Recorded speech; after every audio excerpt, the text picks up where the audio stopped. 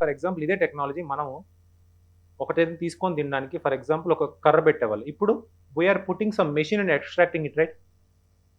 Do this kind of animals have that ability to make that machine?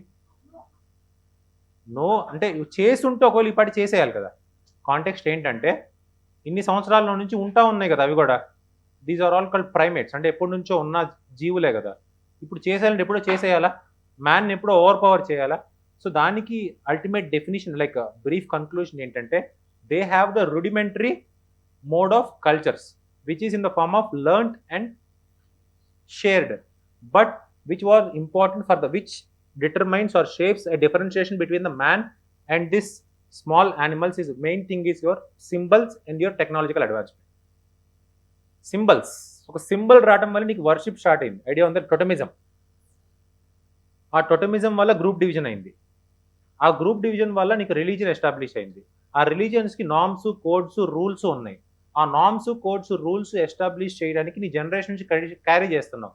అంటే నువ్వు ఒక tradition carry చేస్తున్నావా? ఆ ట్రెడిషన్లో ఒక ఎకానమీ ఇంటిగ్రేట్ అయిందా?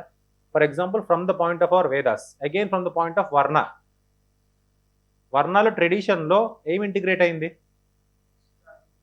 Caste is based on what? Generally started with what? Occupation. Generally caste started with what? Occupation. Now turn in to birth status.